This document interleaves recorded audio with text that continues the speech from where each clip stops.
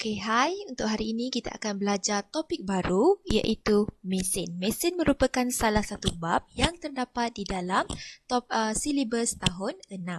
Okey, dalam bab mesin ini, pelajar akan mempelajari mengenai dua iaitu mesin ringkas dan juga mesin kompleks. Okey. So, kita akan fokuskan dulu kepada mesin ringkas. Mesin ringkas merupakan alat yang dapat membantu kita membuat kerja dengan lebih mudah, cekap dan cepat. Jadi bila kita ada sesuatu yang kita panggil dia sebagai mesin ringkas, kerja-kerja harian kita akan lebih cepat untuk dijalankan. Contoh paling senang mesin ringkas adalah bila kita ada pisau, senang ada gunting, senang untuk kita potong sesuatu benda. Kalau tak, kamu kena guna pembaris, kadang-kadang tarik kertas pun jadi sengit. Jadi dengan adanya mesin ringkas seperti pisau, gunting akan memudahkan anda untuk memotong sesuatu benda. Okey, jadi cikgu ada satu ayat ni yang boleh memudahkan anda untuk mengingat ada berapa jenis mesin ringkas, iaitu Siti tembam tak boleh gelak sebab gigi rongak. Jadi kita ambil huruf depan dia. S, Siti, Satah, condong. T, tembam, takal. Tak, ni kita ambil T depan. Tuas. B, boleh ni kita dia adalah baji. Gelak, gia. Sebab, skru. Gigi, gandar. Rongak, roda. Ni adalah satu benda dia sekali roda dan ganda. Okay, jadi ingat, Siti tembam tak boleh gelak sebab gigi rongak. Jadi, apa mesin ringkas yang ada adalah satah condong, takal, tuas, baji, gia, skru, roda dan ganda. Okey, jadi kita akan pergi yang pertama, satah condong. Nama pun condong. Jadi, satah tu adalah satu permukaan dan condong tu adalah permukaan yang sengit. Jadi bila satah condong bermaksud permukaan tu adalah sengit. Saya akan tunjukkan gambar. Okey, mana? Okey, ni.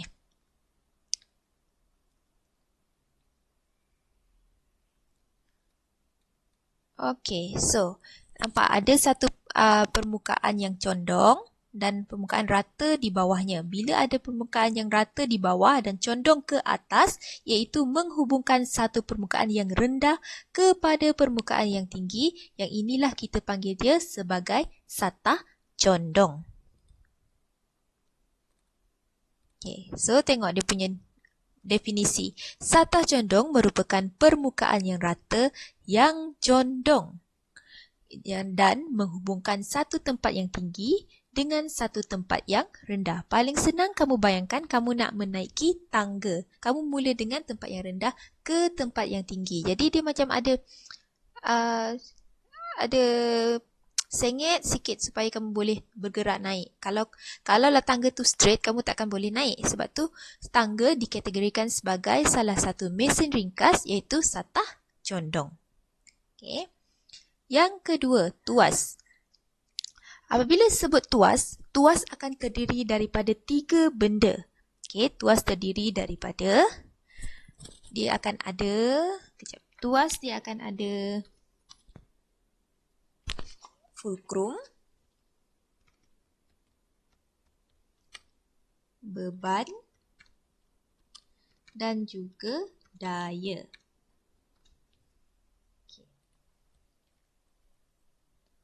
Dalam tuas, fulcrum ni merupakan tempat di mana satu rod boleh dipusingkan secara bebas, iaitu kiranya titik tengah. Fulcrum tu adalah titik tengah. Paling senang kamu bayangkan gunting. Dalam gunting, macam dalam gambar ni, dia ada titik tengah sini. So, gunting tu boleh terbuka, tertutup. Boleh tarik naik dan kamu boleh tutupkan dia. Jadi, itu adalah titik tengah dia. Itu kita panggil sebagai fulcrum. Daya pula adalah tempat di mana kamu kenakan dia punya tekanan.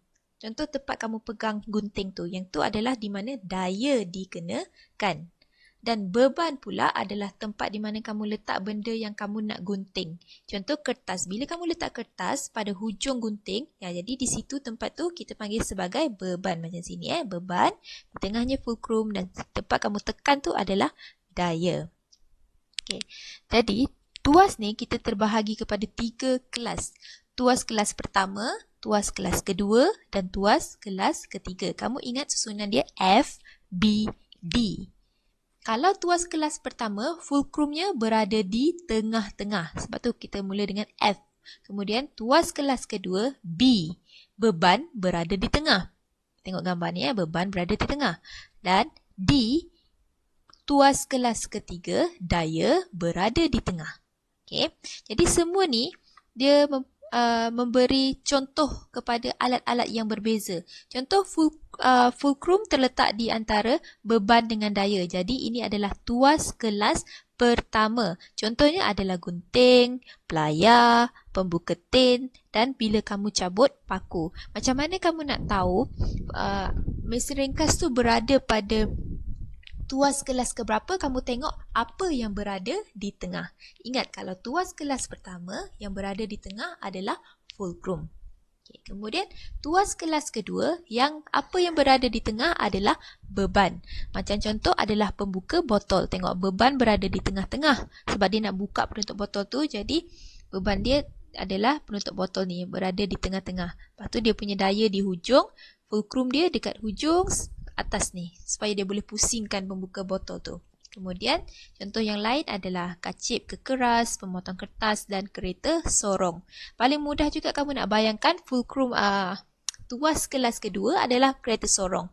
Sebab kamu akan letak barang yang kamu nak bawa yang kita panggil sebagai beban di tengah-tengah. Kemudian roda yang akan memusingkan berada di hujung. Lepas tu tangan kamu yang nak tolak kereta tolak pun berada di hujung. Jadi apabila beban berada di tengah, dia adalah tuas kelas kedua. Okey. Dan tuas kelas ketiga, daya berada di tengah. Contoh paling senang adalah kamu bayangkan tangan kamu. Okey. Kamu letak di atas meja, kamu pegang bola. Okey. Jadi bola tu akan jadi beban.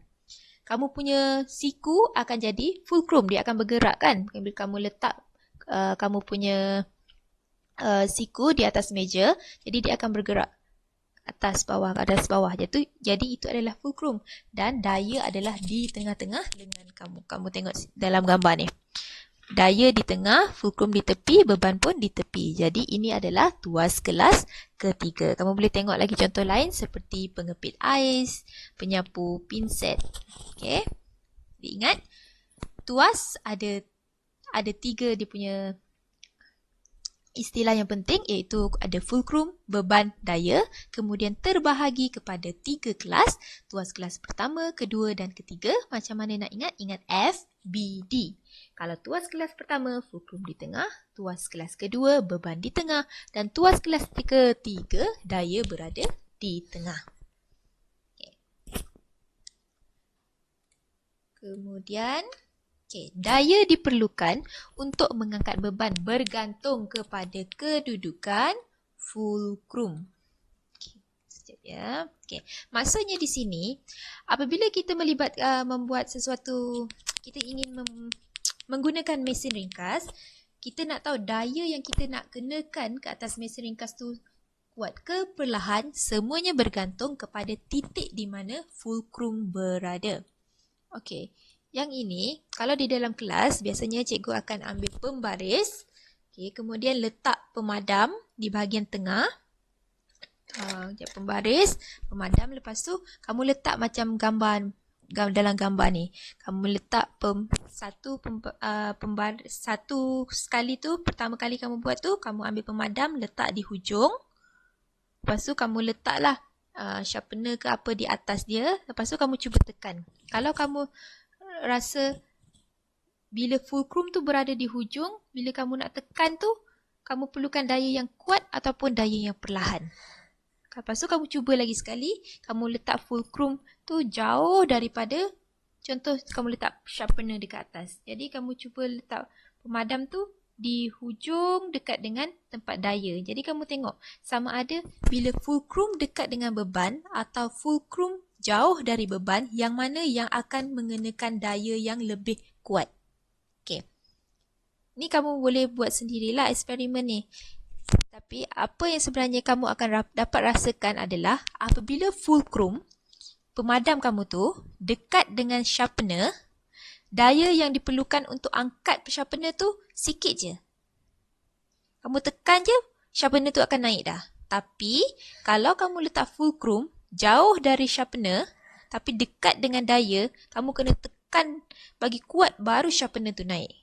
Okey, kamu cuba buat eksperimen ni. Apa yang cikgu nak simpulkan dekat sini adalah apabila fulcrum dekat dengan beban, hanya sedikit daya diperlukan untuk mengangkat barang tersebut. Tapi kalau fulcrum iaitu titik tengah berada jauh daripada beban, kamu perlukan daya yang besar atau daya yang kuat untuk mengangkat objek tersebut. Okey. Boleh ya? Okey, so sekarang kita akan masuk kepada baji.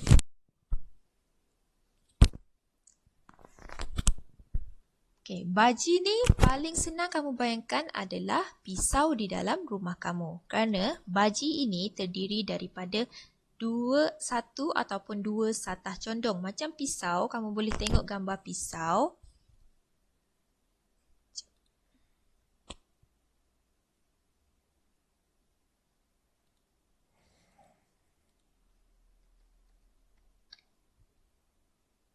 Okay, kamu tengok gambar pisau Dia ada dua satah. Satu di atas ni, satu di bawah ni. Okay, so bila ada dua satah dan membentuk hujung yang tajam, okay, yang itulah kita panggil dia sebagai baji. Tengok. Terbentuk daripada satu atau dua satah condong yang digabungkan untuk membentuk satu hujung yang tajam. Itu adalah baji. Jadi fungsi baji semestinya untuk memotong sesuatu ataupun membelah sesuatu. Jadi kamu boleh tengoklah, membelah, mengukir, mencantum, memotong, memecah. Jadi itu adalah fungsi-fungsi baji. Kesimpulan yang paling senang, baji adalah sesuatu yang tajam. Seterusnya adalah gear. Gear senang, terutamanya pelajar lelaki mesti selalu main kereta control semua kan. Dalam kereta control tu mesti ada gear. Okay, jadi gear ni adalah roda yang bergigi. Ini adalah contoh gear.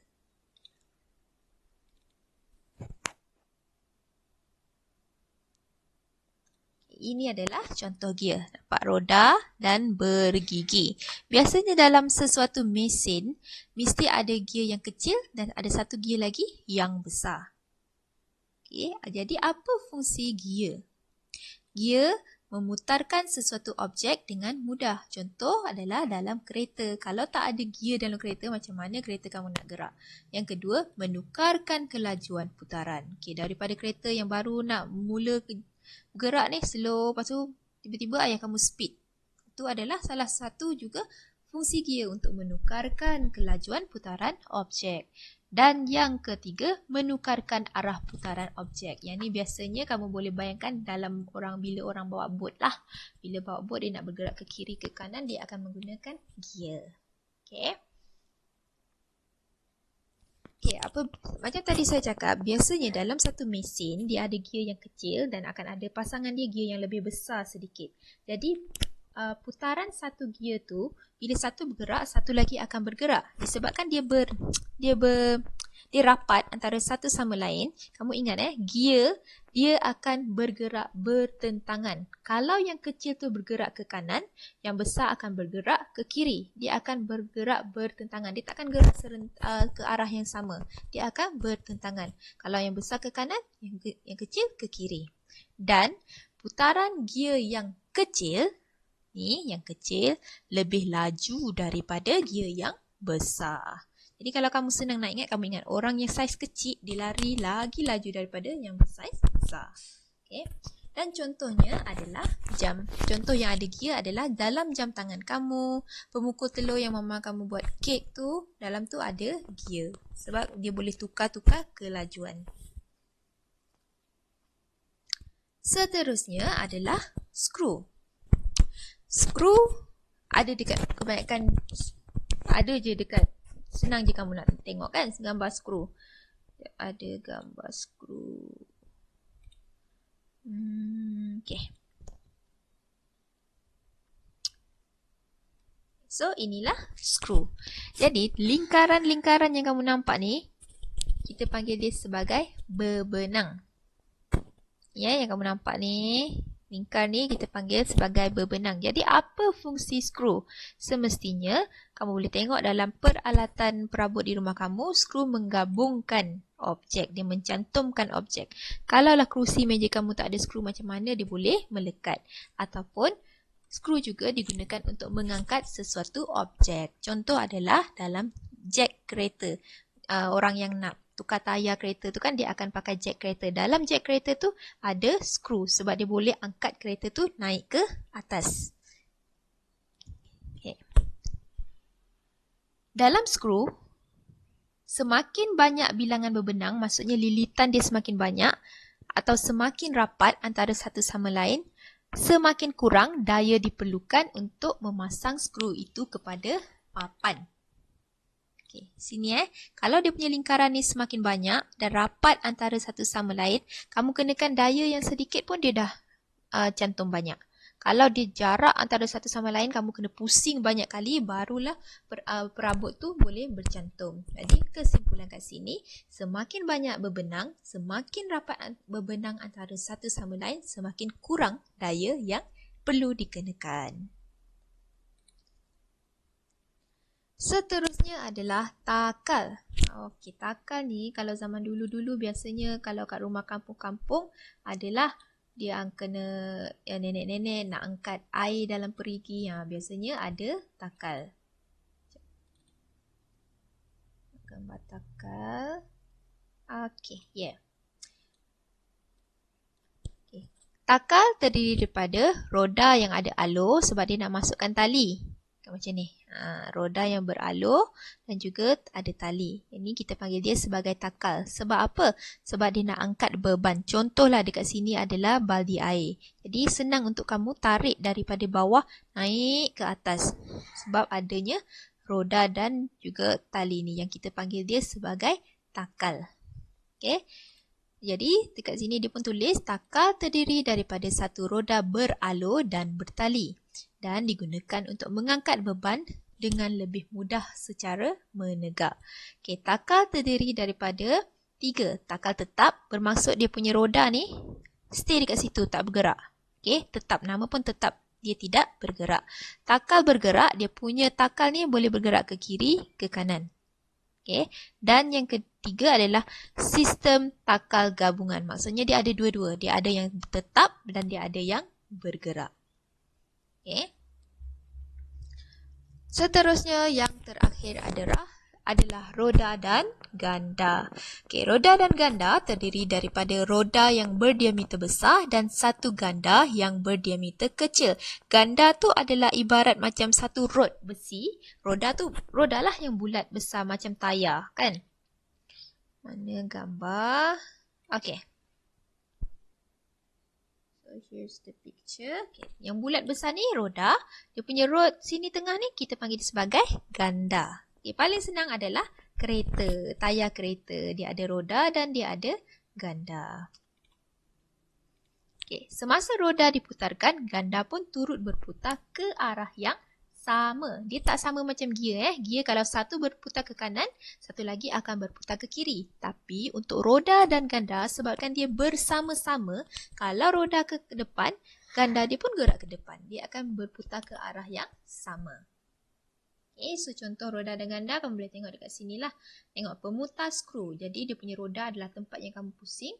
Dia punya rod besi tu adalah ganda. Kan kalau kamu pusing dia ke kanan, ganda dia pun ke kanan. Itu senang untuk kamu bayangkan. Dan yang terakhir adalah mesin kompleks. Yang tadi mesin ringkas. Dia terdiri daripada satu benda je. Kalau roda ganda, roda ganda. Kalau tuas, tuas. Kalau baji, baji. Tapi mesin kompleks adalah gabungan daripada mesin ringkas. So, mesin kompleks terdiri daripada